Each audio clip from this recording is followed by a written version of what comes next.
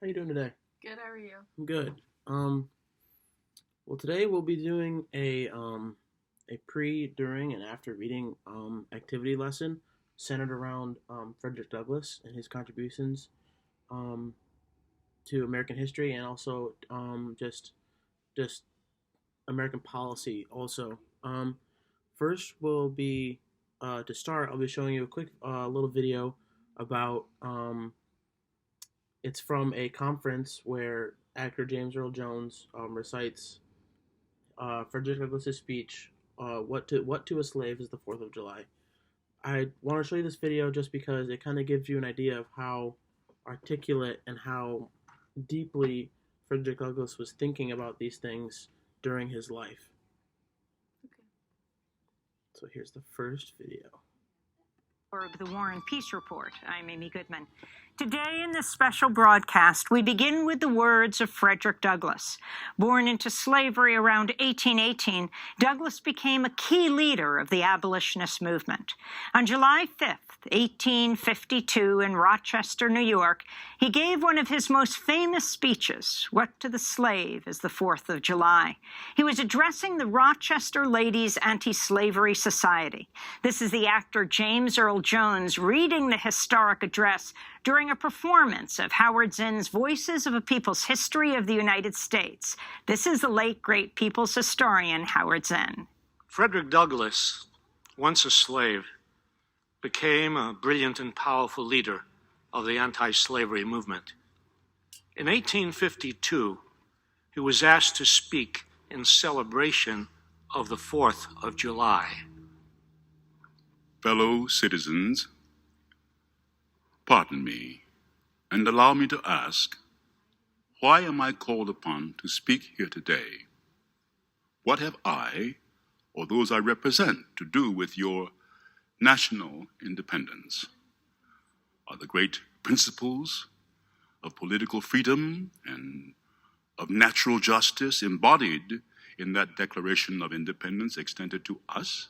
And am I, therefore, called upon to bring our humble offering to the national altar and to confess the benefits and express devout gratitude for the blessings resulting from your independence to us?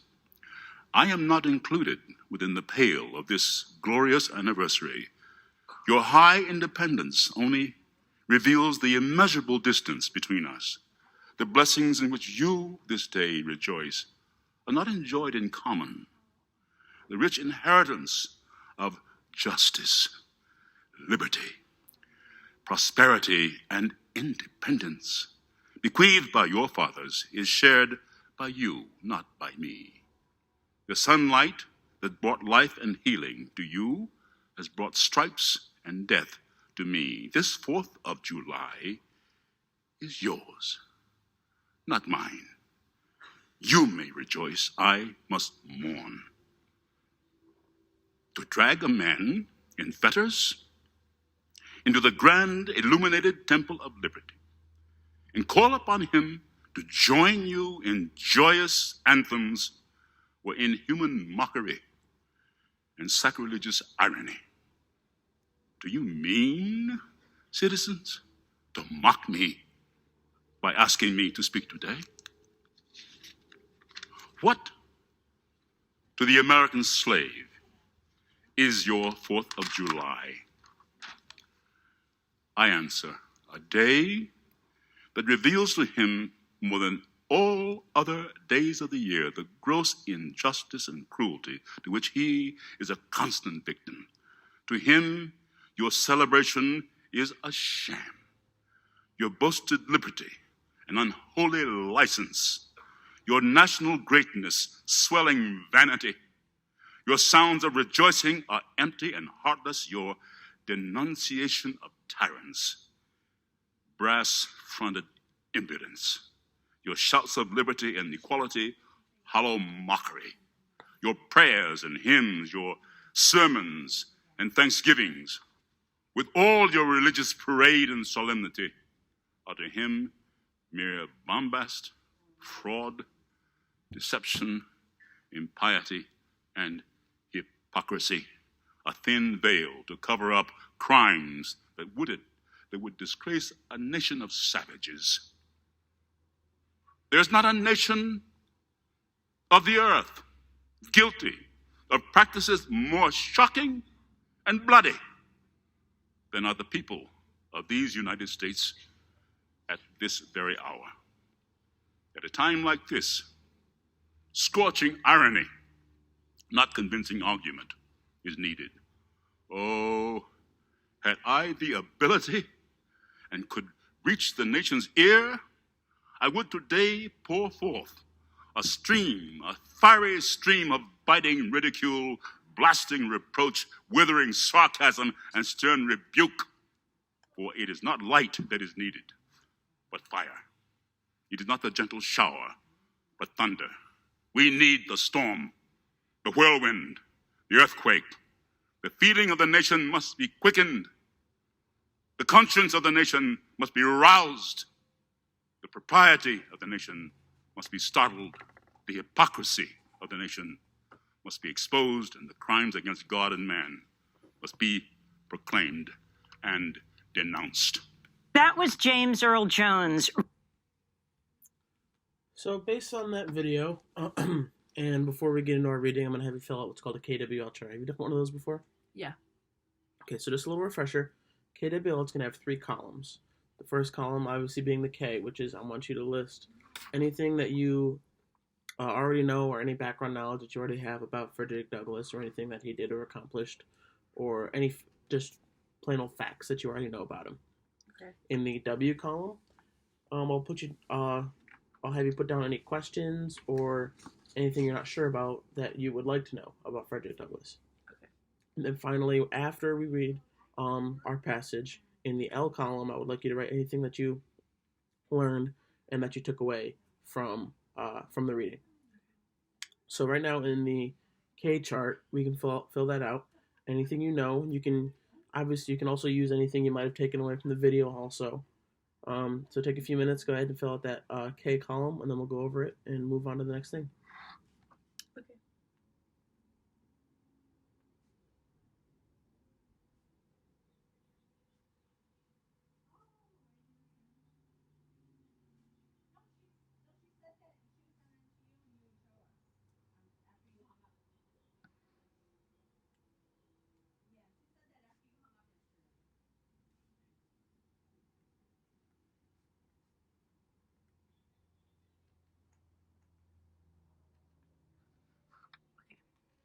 All right, so what did you put for your K column?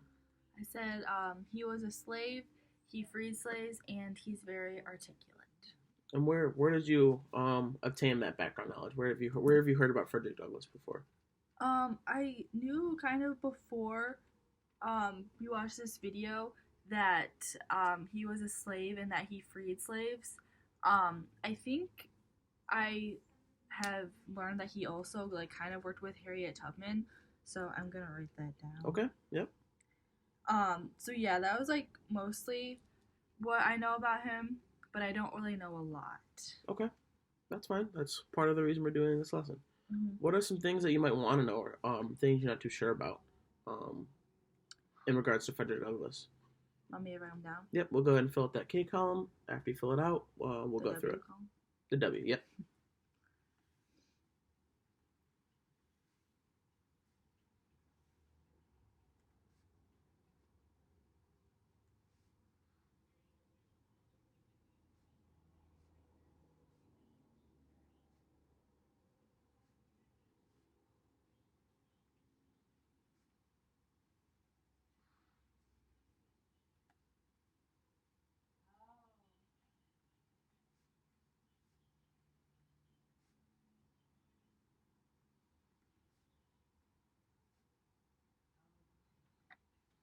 Okay. Done with the W column? Yeah. Okay, so what are some things that you want to know more about or things that you're not quite sure about? How he freed slaves, how he became so articulate, and how he met Harriet Tubman. Okay, I think those are definitely a few things that we're going to be covering in our reading. I chose this passage in particular because it was pretty concise and it really encompasses everything that I think you really should and need to know about Frederick Douglass.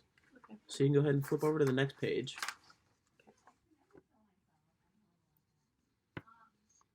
So for our during reading activity, you will be talking to the text. Have you done any kind of talking to the text or annotating before? Mm-hmm. Okay. So I gave you a column, or a chart rather, with different symbols that I'd like you to place in the text that will kind of help pick out key things or things that we find as important throughout the reading. Okay. So in that first row, you'll see whenever you find anything of importance, whether it be an action or something happening, put an exclamation point by it.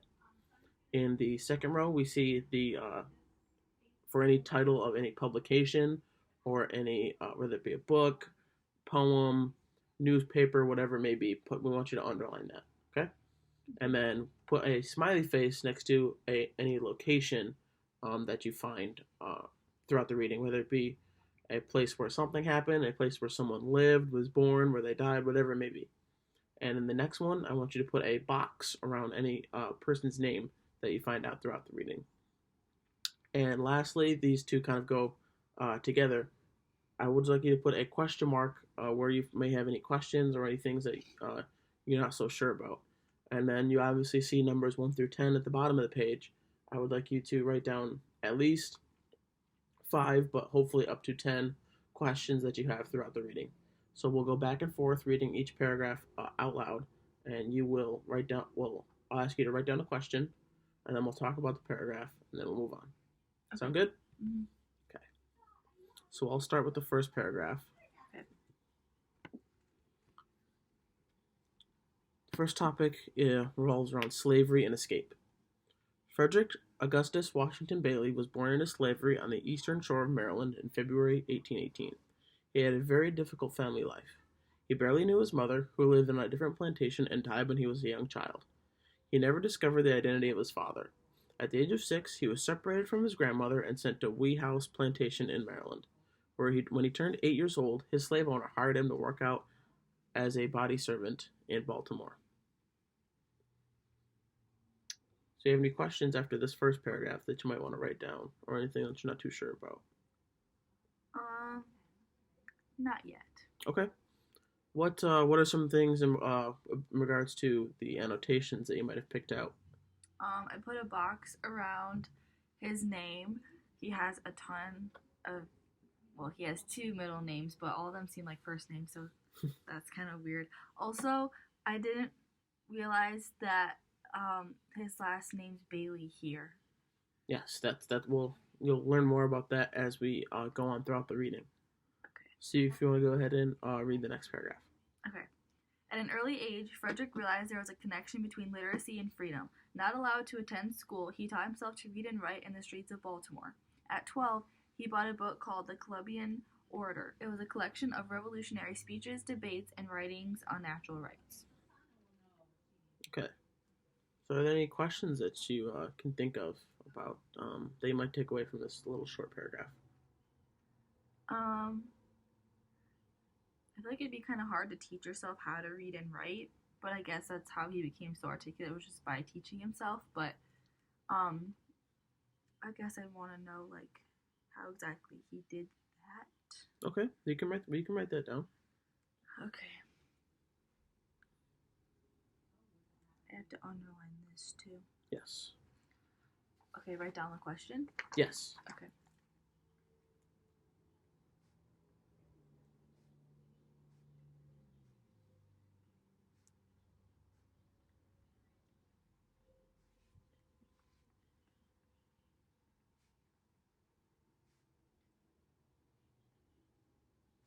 So what do you think his motivation might have been for wanting to learn how to read and write? I think it's important, and I know that slaves weren't really necessarily like taught. I don't think they were allowed to be taught how to read and write. So I think his motivation to do that was because it wasn't necessarily like a normal thing. Okay. For slaves to know. So I think maybe he wanted to like not get revenge, but like tell people like black people and slaves can learn how to read and write too. Okay, definitely. I'll go ahead and read the next paragraph. When Frederick was 15, his slave owner sent him back to the eastern shore to labor as a field hand. Frederick rebelled intensely. He educated other slaves, physically fought against a slave breaker, and plotted an unsuccessful escape. Frustrated, his slave owner returned him to Baltimore. This time, met a young free black woman named Anna Murray, who agreed to help him escape. On September 3rd, 1838, he disguised himself as a sailor and boarded a northbound train, using money from Anna to pay for his ticket. In less than 24 hours, after traveling by train, ferry boat, and on foot, Frederick arrived in New York City and declared himself free. He had successfully escaped from slavery. So, what are some things that you might be not you might not be so sure about, or might things you're kind of wondering after what we've read so far? I don't really know who Anna Murray is. And I wondered exactly like how they met and if like they stayed in contact after she helped him escape, or if they like stayed friends or anything. Because I feel like helping him escape is a pretty big deal. So I would want to know if they like talked afterwards or anything. Yeah. I'd also want to know how he felt after he escaped, like if he was like scared to be captured again or anything. Okay, yeah, these are all questions that you can be writing down. Like from a question standpoint, I want you to be writing down questions that you might even want to ask Frederick Douglass himself if you were able to interview him. Okay.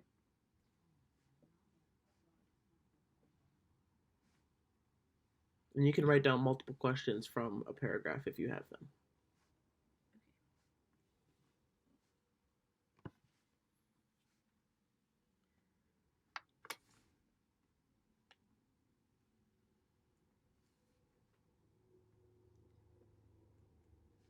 Okay. What were your questions? Who is Anna Murray, and were you afraid of being captured again? Okay, I think those are definitely two very good questions that we'll definitely learn more about as we go on. So, do you want to go ahead and read the next portion about the abolitionist movement? Yeah. After escaping from slavery, Frederick married Anna. They decided that New York City was not a safe place for Frederick to remain as a fugitive, so they settled in New Bedford, Massachusetts. There, they adopted the last name Douglas, and they started their family, which would eventually grow to include 5 children: Rosetta, Louis, Frederick Jr., Charles, and Annie. Okay, so why do you think they didn't find New York City to be a very safe place for them to live and to raise a family? I think maybe because maybe he was just afraid of being like caught again. Yeah, that's one thing I can think of. Okay, yeah, definitely. Just because he was escaped doesn't mean he was completely free. He legally still belonged to his slave owner. So a lot of times, slave owners would send bounty hunters up to the north to look for slaves that had escaped. So, and obviously New York City was obviously not as big as it is now, but it was a huge, starting to become a huge metropolitan city, and there would be a lot of freed slaves that would escape there and try to avoid being recaptured. So, and the bounty hunters would come to New York City and look for any slaves that they had been sent to look for. And oftentimes there were times where men who were free, or even women who were free, were captured and mistaken for someone that had escaped, and they would be pulled into slavery even though they weren't already born into it. So this was just really unfortunate circumstances that a lot of these people faced, and that's kind of why they thought New York City wasn't a safe place to raise their family. Mm-hmm. Were they also afraid that Anna could possibly be pulled into it because she was a free black woman? That's definitely a possibility. I mean, again, that's another question that you could write down on your sheet.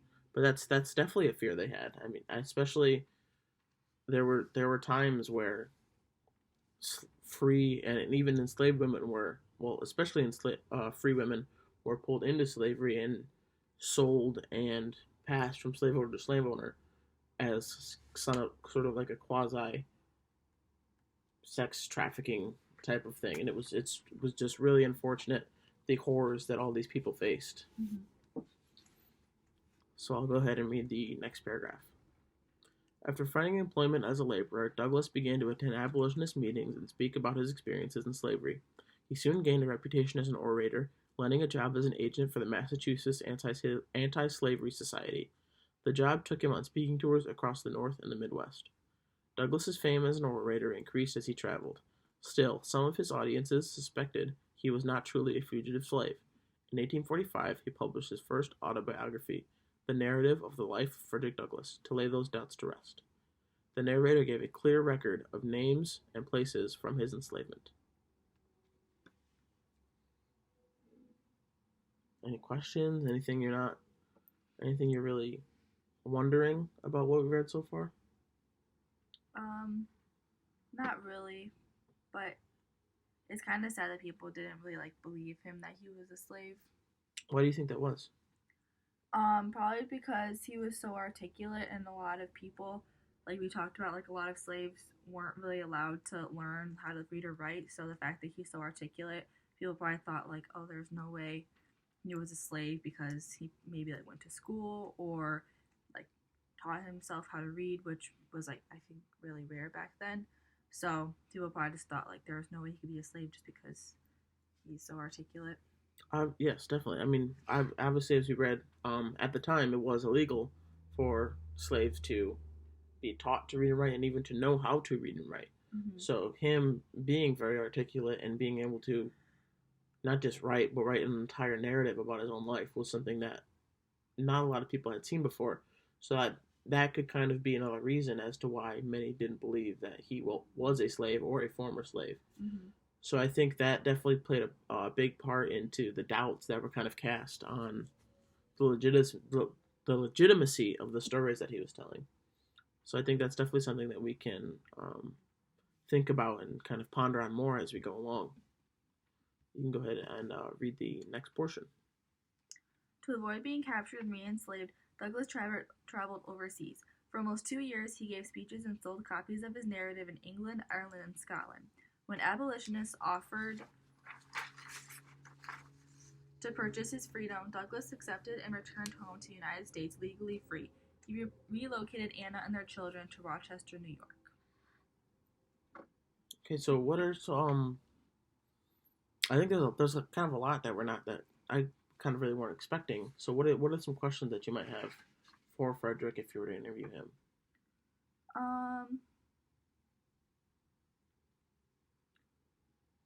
I don't really know why he traveled to England, Ireland, and Scotland, but I mean, it says it was to like give speeches and sell copies over there, but I don't really know why he would travel all the way over there to do that.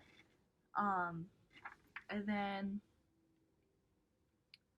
when he returned home, he was legally free, so that was really good. And then he relocated all of his children and his wife back to New York. So I feel like that would be kind of scary because they wanted to move out of New York because they were afraid it wasn't safe. So I feel like moving back would be kind of scary. Okay. You can go ahead and write down any questions that you have thought of or anything you're not so sure about.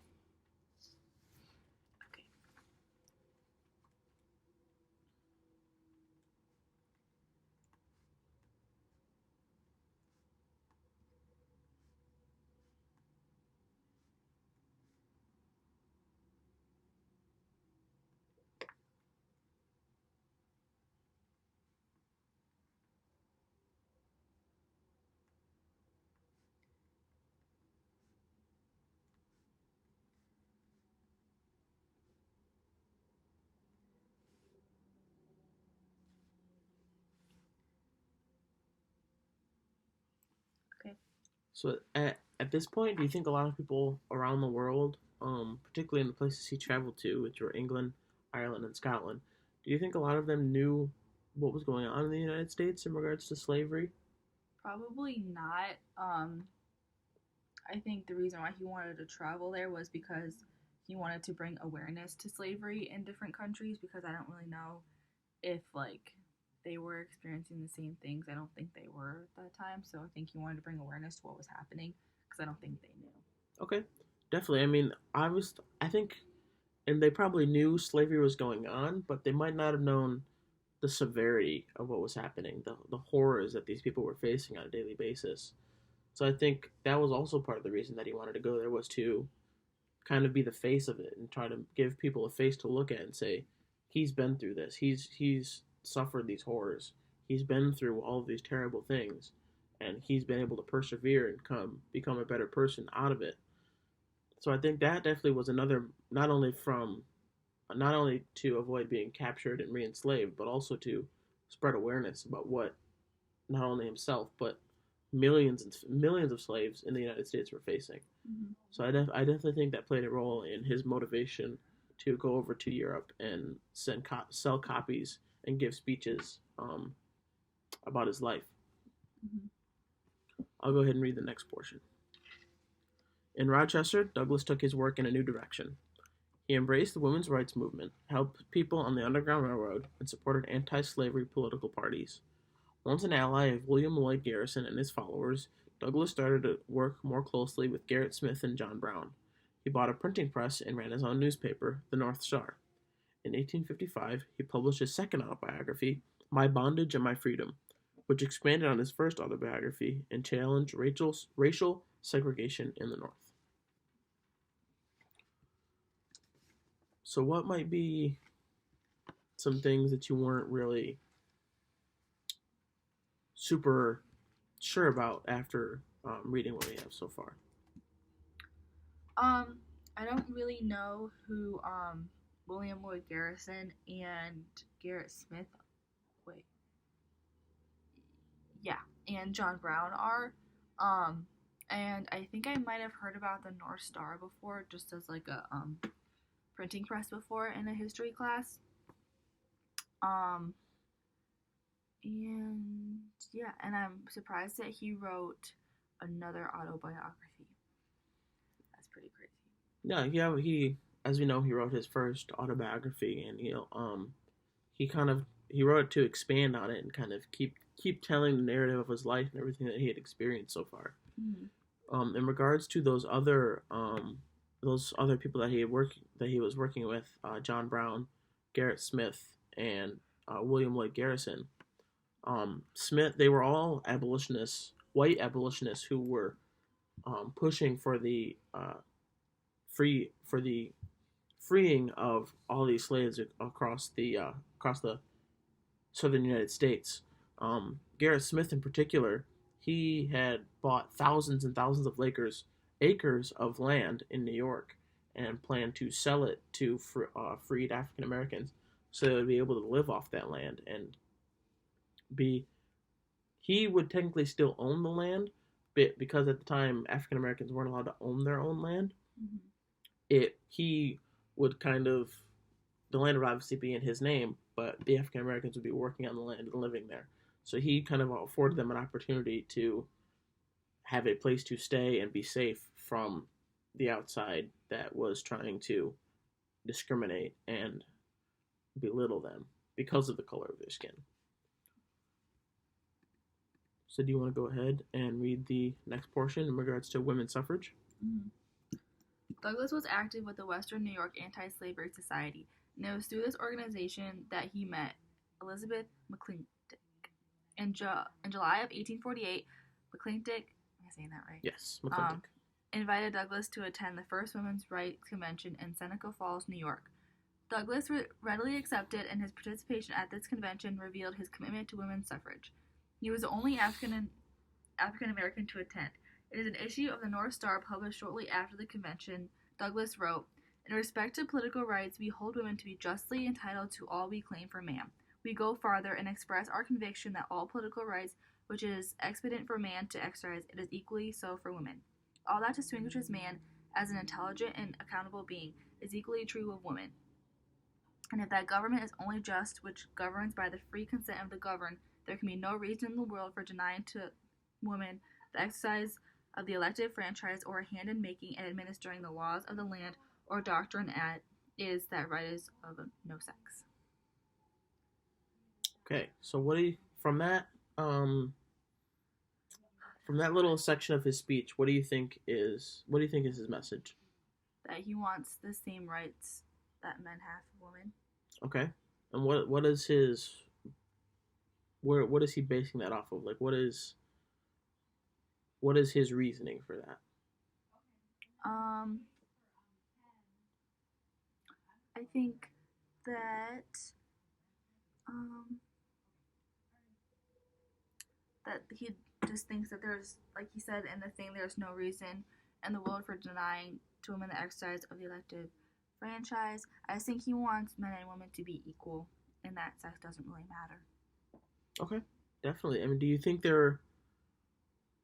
he got any backlash from working with the women's suffrage movement? Even though at this point, this he gave the speech in 1848, the um people, African American people across the United States are still being enslaved and Yeah. being treated poorly. So do you think kind of putting that aside for a bit and focusing more on the women's suffrage movement gave him any backlash at all? Yeah, I think people still will look at him as like a slave who escaped, and I think people will just think of him as like, well, I don't think people thought he was reliable to begin with because of how they didn't trust him for being so articulate. So I think now that he's speaking out against this too, I think people will just be like, oh, okay, like this guy um first is now like lying about being enslaved, and now he's like trying to speak out for um getting equal rights for women. So I think he definitely got a lot of backlash because I think speaking out against anything you're gonna get backlash on. So I think um in this case I think he suffered a lot of backlash um because of just like everything he was going through.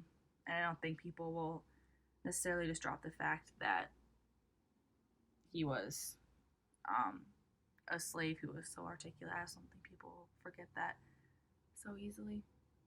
Definitely, I think that definitely makes sense as to why he might have gotten a lot of flack thrown back at him for not focusing more on the abolitionist movement. Mm-hmm. Douglass continued to support the cause of women after the 1848 convention. In 1866, Douglass, along with Elizabeth Cady Stanton and Susan B. Anthony, founded the American Equal Rights Association, an organization that demanded universal suffrage. Though the group disbanded just 3 years later due to growing tension between the women's rights activists and African American rights activists, Douglass remained influential in both movements up until his death in 1895. So we obviously discussed he might have gotten some backlash from working with both groups, but that also affected the groups that he was founding. It says the American Equal Rights Association demanded universal suffrage, so it wasn't just for women; it was for all people. Mm-hmm. So why do you think after 3 short years that they had to disband?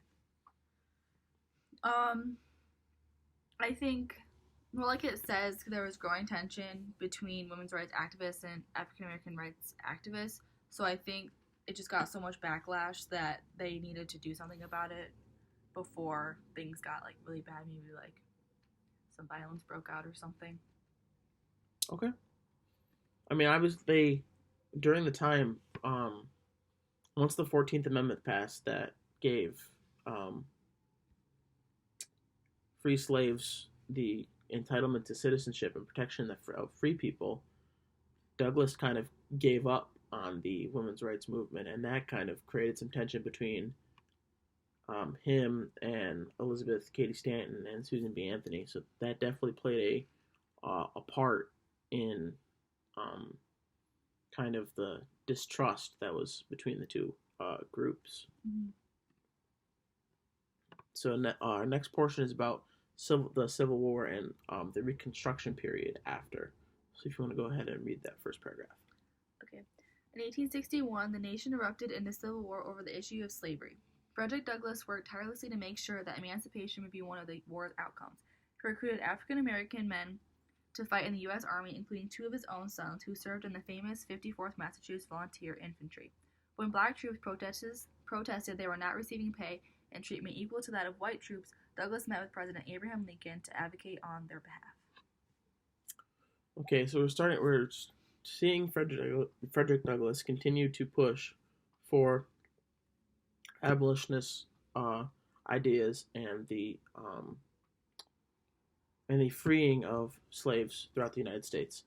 What are some do you have any questions that you would maybe want to ask Frederick Douglass if you were able to sit down with him? Yeah, do you want me to tell you or We can write them down. Write them down first, and then we can discuss them after. Okay.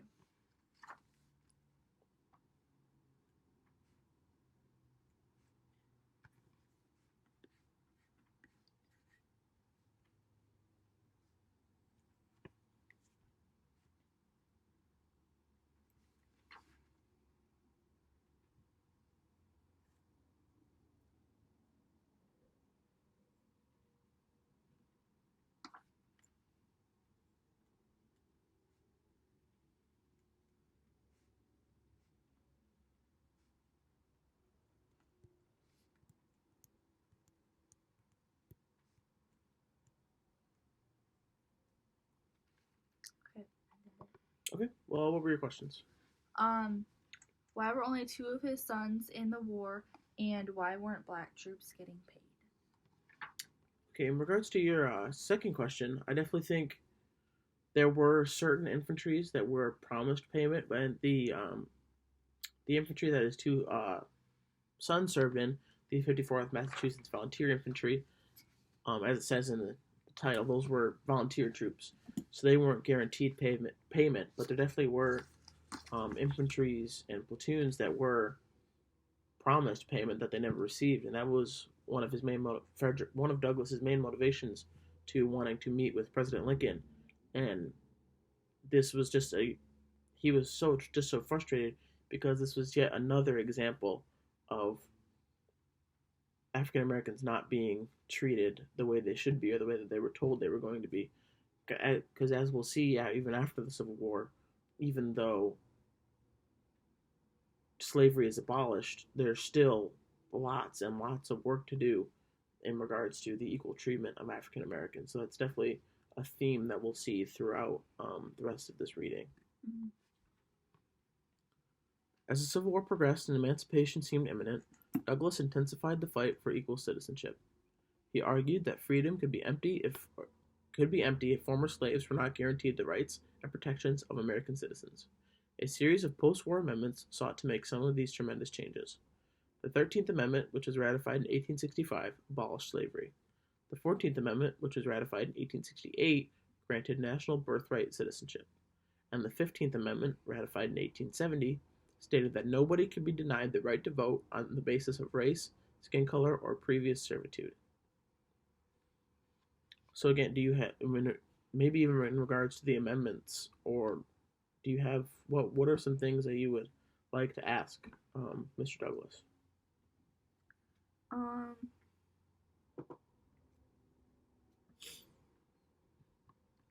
Maybe I would ask if he was afraid about anything happening to him, because I feel like he could be making some people mad with like how many things he's trying to do pretty much. So I feel like I'd be afraid of like people getting mad and like either saying stuff to me or hurting me. So I'd be wondering if he was ever afraid of like people getting mad at him or hurting him or anything.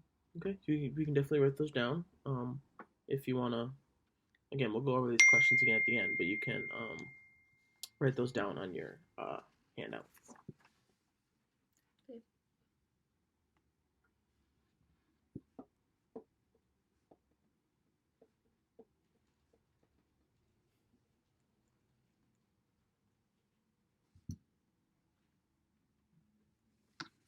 Okay. All right, and you can go ahead and read this last paragraph in the Civil War and Reconstruction section once you're ready. Okay. Okay. In 1872, the Douglasses moved to Washington, D.C. There were multiple reasons for their move. Douglass had been traveling frequently to the area ever since the Civil War.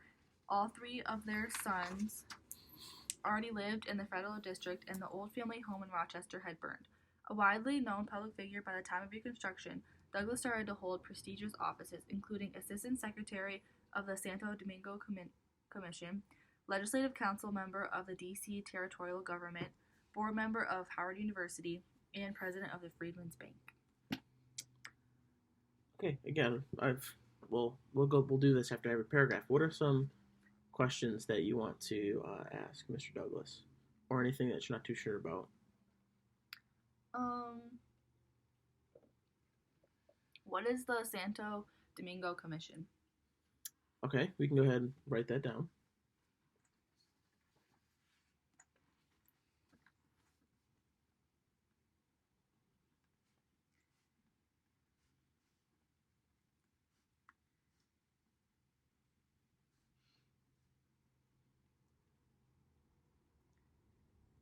Okay.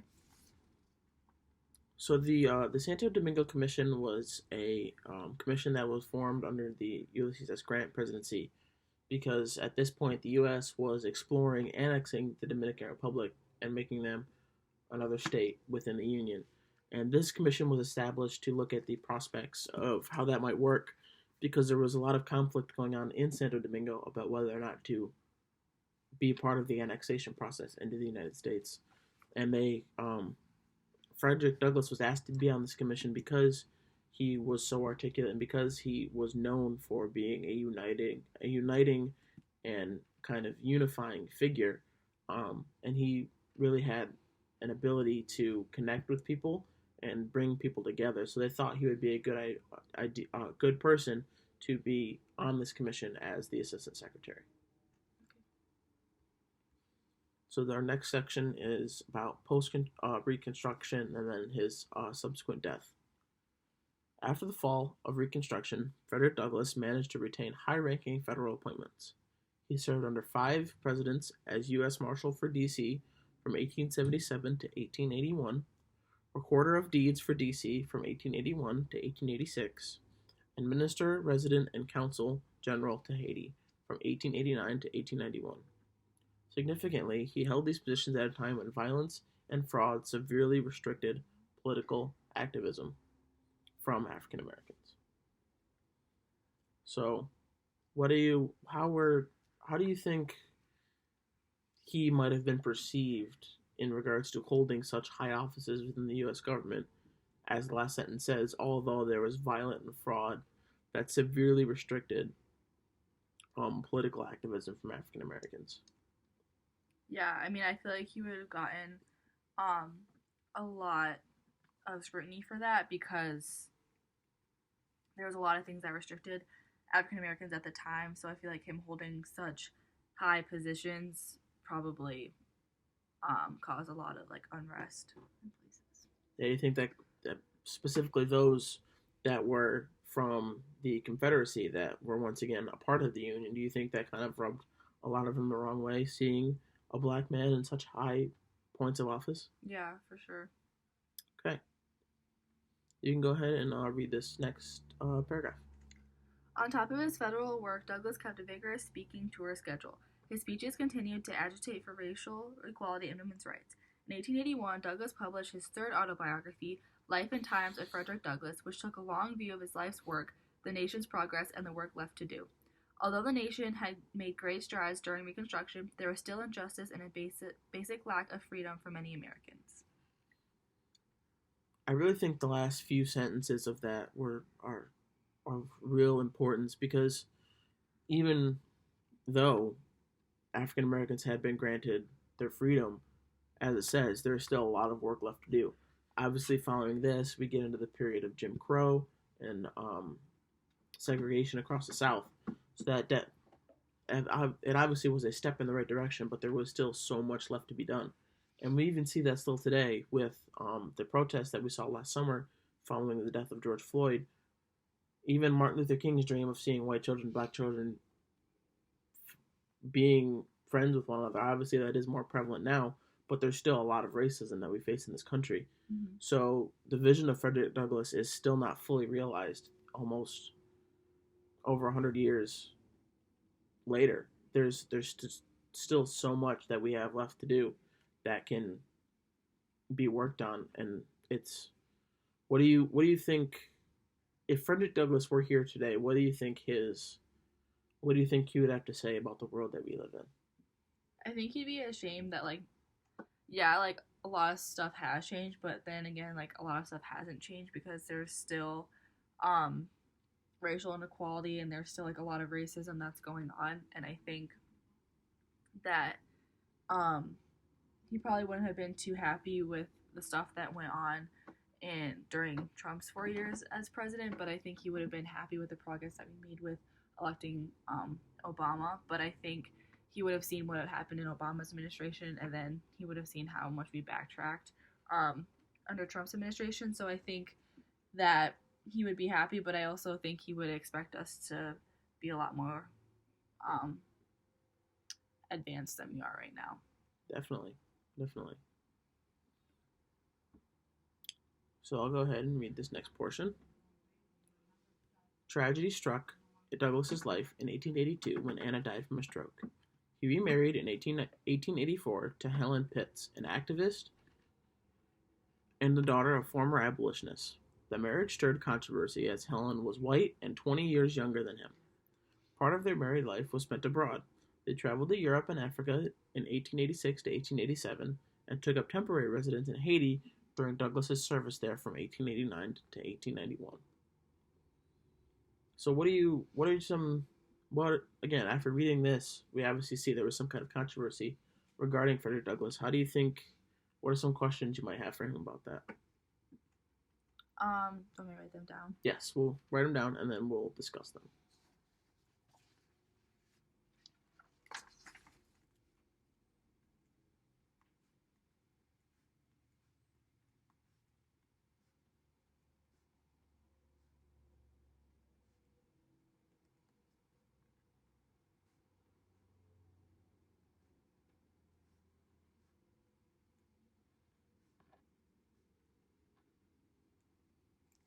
Okay. What was your question? Were you mad that you got hate for marrying a white woman? I think that's definitely a valid question because as you said, although there were steps taken, this was still a huge, huge controversy. Um, Not only the race thing, but even the age difference. She was 20 years younger than him, so I definitely think this could have stirred. Obviously, it stirred controversy, but I think this might have even rubbed people the wrong way, even in not only in the white community but in the African American community as well.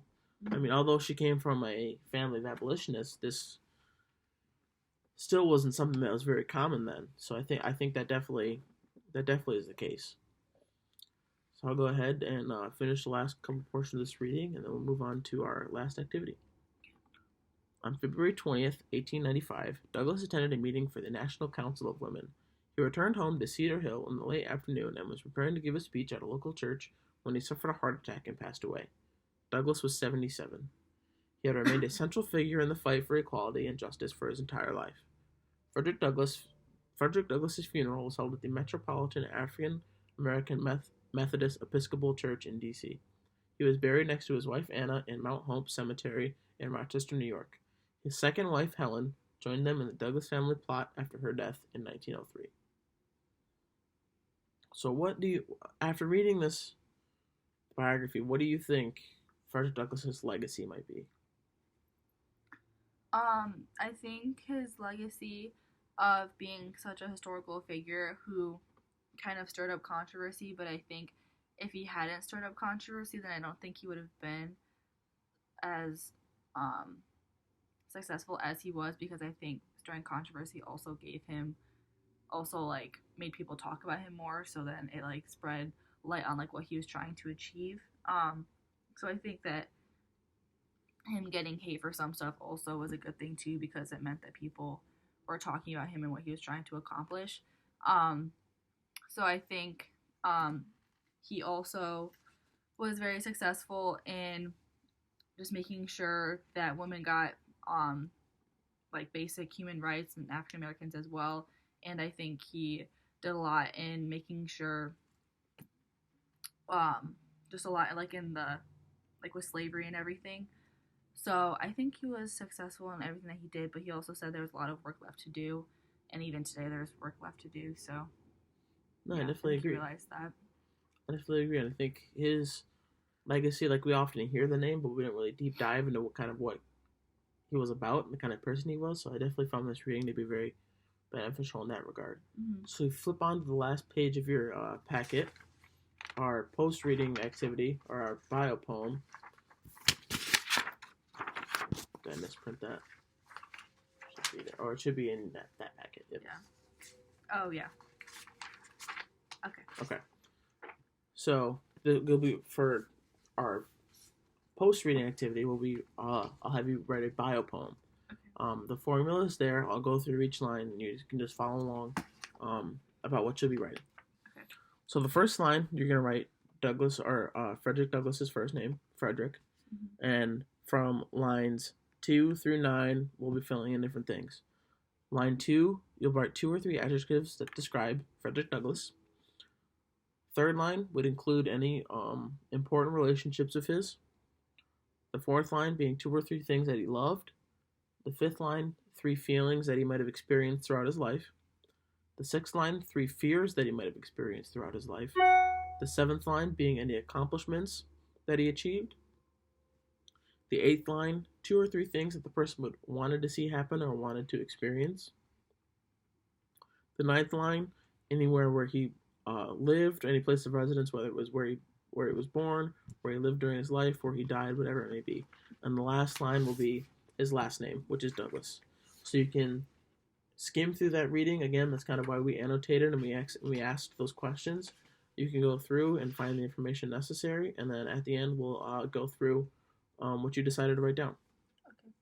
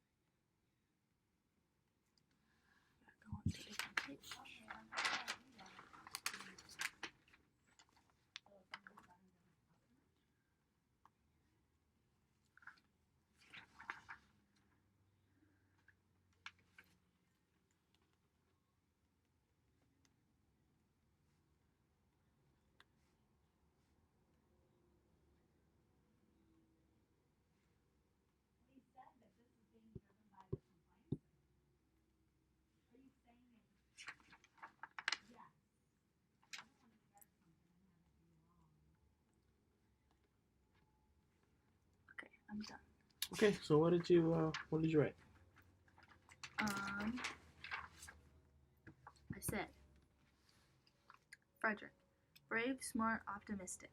Relationship with his wife Anna, lover of his family, freedom, and making a difference, who felt pleased when he wrote books, educated people, and when he found freedom, who feared being captured again, no change, and not being taken seriously, who was famous for escaping slavery, helping others, and advocating for women's rights, who wanted to publish his best work, which he did 3 times, and to facilitate change.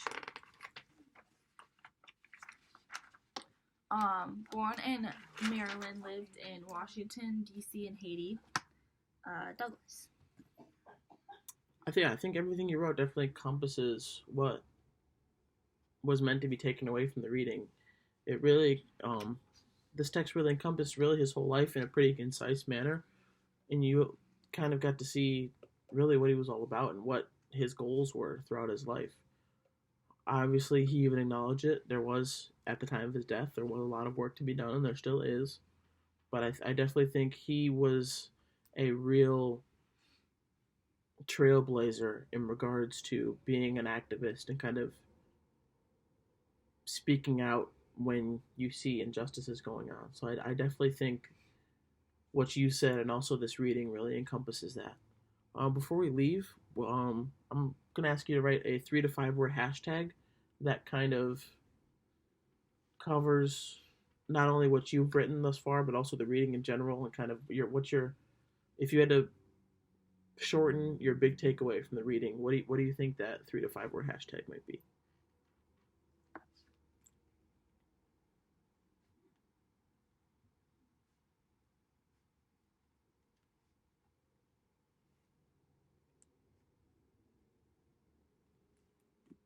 Okay. Okay, what's your hashtag? It's hashtag advocate for change. And why'd you choose that? Because I think he was a big advocate for um, making changes to better the lives of others who weren't receiving the necessary treatment and rights that they should have. Um, and I think that he wasn't afraid to speak out about those things because he knew that they're um, needed to be changed. So I think he was just a big advocate for people and their rights. I definitely agree, and that was kind of his whole mantra and his whole motivation in life was to be an advocate for change as someone who not only experienced slavery but for himself, but wanted other people to hear about his experiences and the experiences of others. Mm-hmm. So while he was doing that, advocating for change was really his big message that he wanted to push across. Mm-hmm. So I definitely agree with that.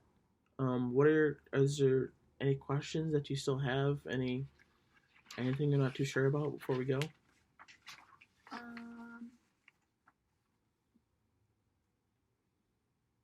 I think we covered everything. Okay. Before we go, you can go ahead and fill out that L column of your KWL chart of what we've learned thus far.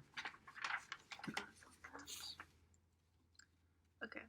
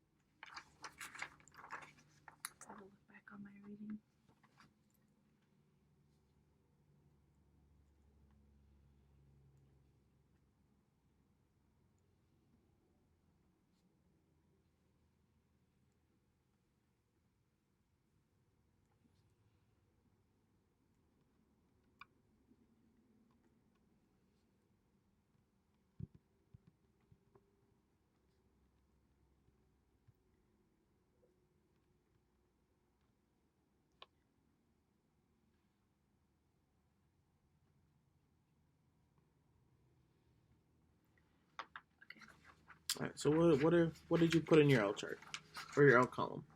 I said, people didn't believe he was a slave. He had 5 children. He wrote 3 autobiographies. He moved around a lot. He was married twice. He was an advocate for women's rights, helped people on the Underground Railroad, and supported anti-slavery political parties.